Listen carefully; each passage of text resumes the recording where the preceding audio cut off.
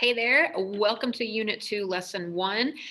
We are starting, obviously, a brand new unit today. So our focus for Unit 2 is going to continue in the same time period that we were talking about expansion for Unit 1. So we're still in the late 1800s, early 1900s, but we're going to switch gears. And instead of focusing on the concept of expansion, we're going to focus on the concept of oppression. So we're going to learn about how different groups during this time period were going through some really horrible, like hard times, and then how those people reacted to those hard times, and then how the government started reacting to those troubles and creating some reforms that take place during the progressive era. So today we're going to start off by focusing on African American oppression and reactions to that oppression that occurred in the late 1800s, early 1900s. So I want to start off by kind of recapping some stuff that you should have learned about in US history or in American history 1. And that's the idea that when the Civil War was over, we see the passing of 3 different amendments to the Constitution. The first of those amendments is the 13th Amendment. So you can see the text of the 13th Amendment here. It says, neither slavery nor involuntary servitude, except as a punishment for a crime whereof the parties shall have been duly convicted, shall exist within the United States or any place subject to their jurisdiction.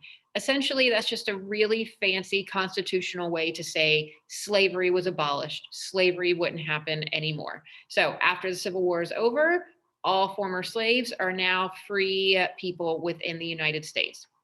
And that's the thing. There had been previous cases where they had decided that these people weren't actually people. They were considered property. So they weren't citizens of the United States. So after the passing of the 13th Amendment, we see the passing of the 14th Amendment. So the 14th Amendment to the Constitution says that all persons born or naturalized in the United States and subject to the jurisdiction thereof are citizens of the United States and the state where they reside.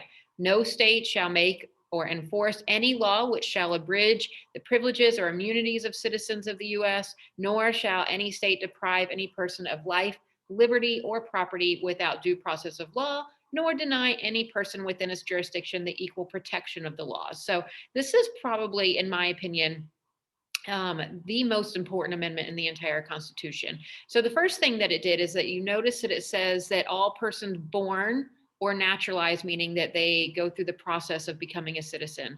All people born in the US are citizens of the United States. So therefore, all of the people that were formerly considered to be property as they were slaves, that are now free individuals, will be citizens of the United States because they were born here. Then it goes on to continue to say that they are going to be provided the same equal protection as everybody else. So this is going to stop states from treating people differently. Now, there's going to be a caveat to that, and we'll talk about that in a minute. But the idea here is that everybody's supposed to be given equal protection of the laws, regardless of your race. Then we've got one last amendment that was passed after the Civil War, and that was the 15th Amendment. The 15th Amendment to the Constitution says the right of the citizens of the United States to vote shall not be denied or abridged by the United States or by any state on account of race, color, or previous condition of servitude. This was intended to allow African Americans the right to be able to vote.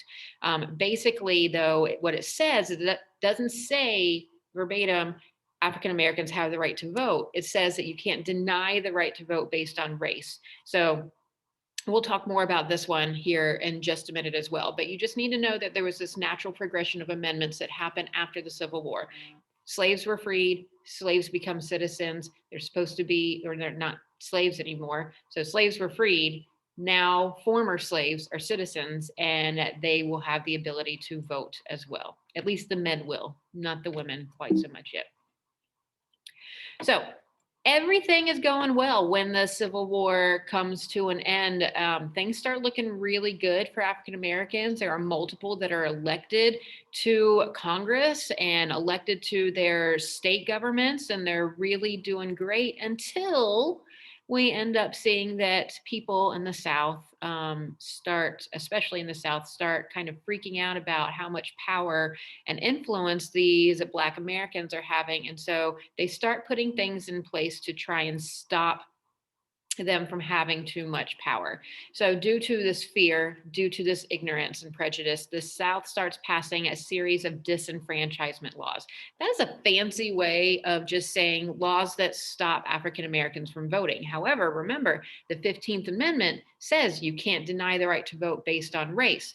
That meant there was a loophole, and the Southern states started saying, well, if that's the case, then we'll start finding other ways to stop these African Americans from being able to vote. So one of those was to require a literacy test. So you would have to pass a literacy test to show that you know how to read before you could vote, knowing that a lot of African Americans were illiterate and not educated because they had been slaves before and weren't allowed to get an education. So they would have to pass a literacy test. They would have to pay poll taxes, meaning that they would have to pay to vote.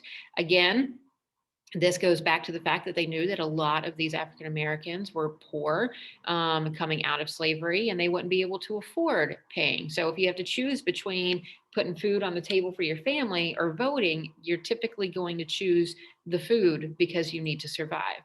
And then there was also the grandfather clause, which made it so that white illiterate people didn't have to worry about these literacy tests, because you got to remember there's a whole bunch of other people who aren't educated as well. But if their grandfather could vote, because their grandfather had been a citizen already, so if their grandfather could vote, then they would be able to be exempted from those tests and from those taxes, and they would be able to still vote. They didn't have to prove that they could read or anything like that. And that was known as the grandfather clause. Other than that, there was also just a lot of like intimidation, threats of people losing their jobs and stuff like that if they went out and tried to vote. So as a result of this African American influence that started out great with people getting elected to positions and stuff, very, very quickly fades as soon as Reconstruction comes to an end. Then things get a little bit worse, right? So then we start to see the introduction of Jim Crow laws. So voting wasn't the only place where that discrimination was happening. These Jim Crow laws, which is just a nickname given to laws that dealt with segregation, so dividing people up based on race, like your restrooms here, you've got your white restroom and your colored restroom. These laws start to spread throughout the South. Now, that doesn't mean that everybody was just like, well, okay, that's just the way it's going to be. There are going to be people that start to say, this isn't right. The 14th Amendment is supposed to be providing us with equal protection of the laws. Doesn't seem so equal if we are segregating people by race. And so this man right here, Homer Plessy, who is, it's hard to tell in this picture, but he is actually 1/8 African American. So 7/8 white, 1/8 African American. So by law at that point, he would have been considered to be a quote unquote colored person.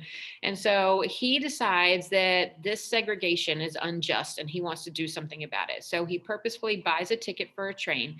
And instead of sitting in the colored train car, he goes and sits in the white train car. Now, he probably could have gotten away with it. He looks white, but he was doing this as a form of protest, and everybody knew that he was doing it. So when he gets on the white train car, they're like, excuse me, sir, you've got to leave and sit in the other one. And he says, no. And they say, okay, well, then we're going to arrest you. And he's like, fine, arrest me. And so he takes this challenge all the way up to the Supreme Court.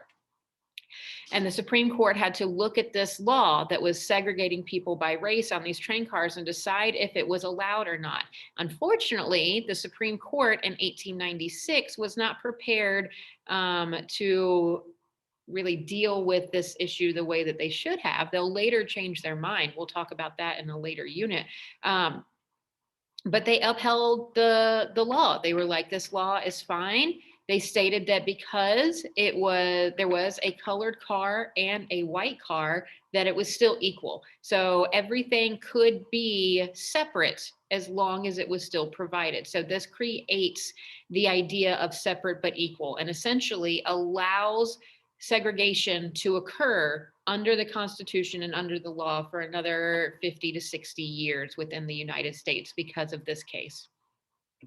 Another lady, or another person that happens to be a lady, that went out and was fighting against these injustices that were happening was a woman by the name of Ida B. Wells.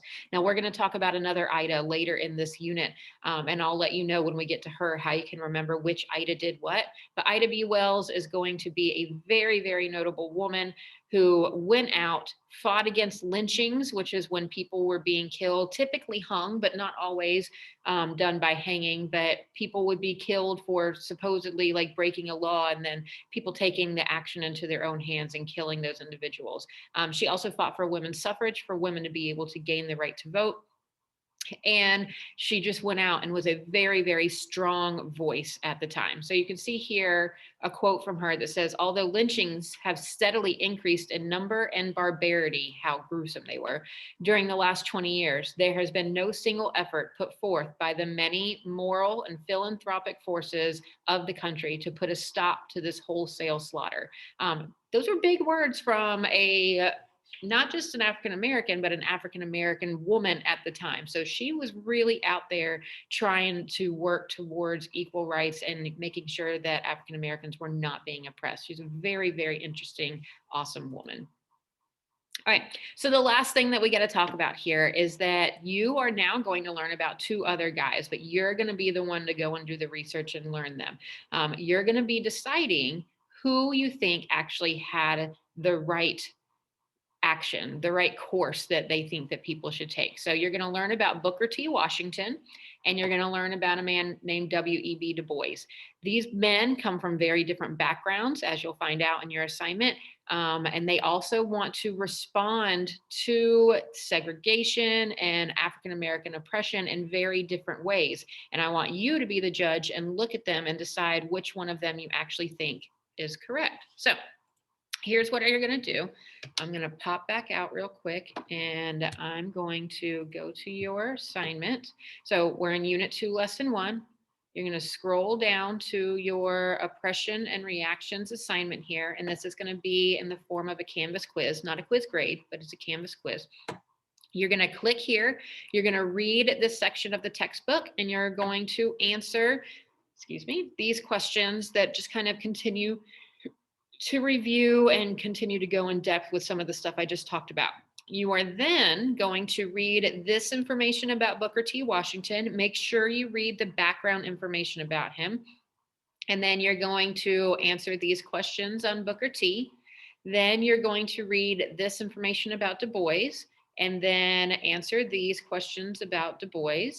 And then you've got one last question here. Using the information that you've learned, using this picture that is here, you're going to tell me which guy you actually would have supported at this time, who you think got it right, and why. Making sure to give me the why so you can get all those points. So that brings us to the end of what you got to do today. If you were absent and that's why you're watching this video, make sure when you finish this assignment that you get your lesson demonstrated form done. And if you have any questions, reach out to me. You know that I'm here to help you. Have an excellent day, guys. Bye, y'all.